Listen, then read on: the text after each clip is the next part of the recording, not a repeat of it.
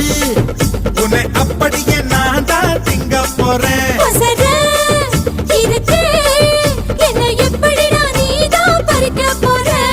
அணிலாக மாறினான், அழகாக தாவினான்,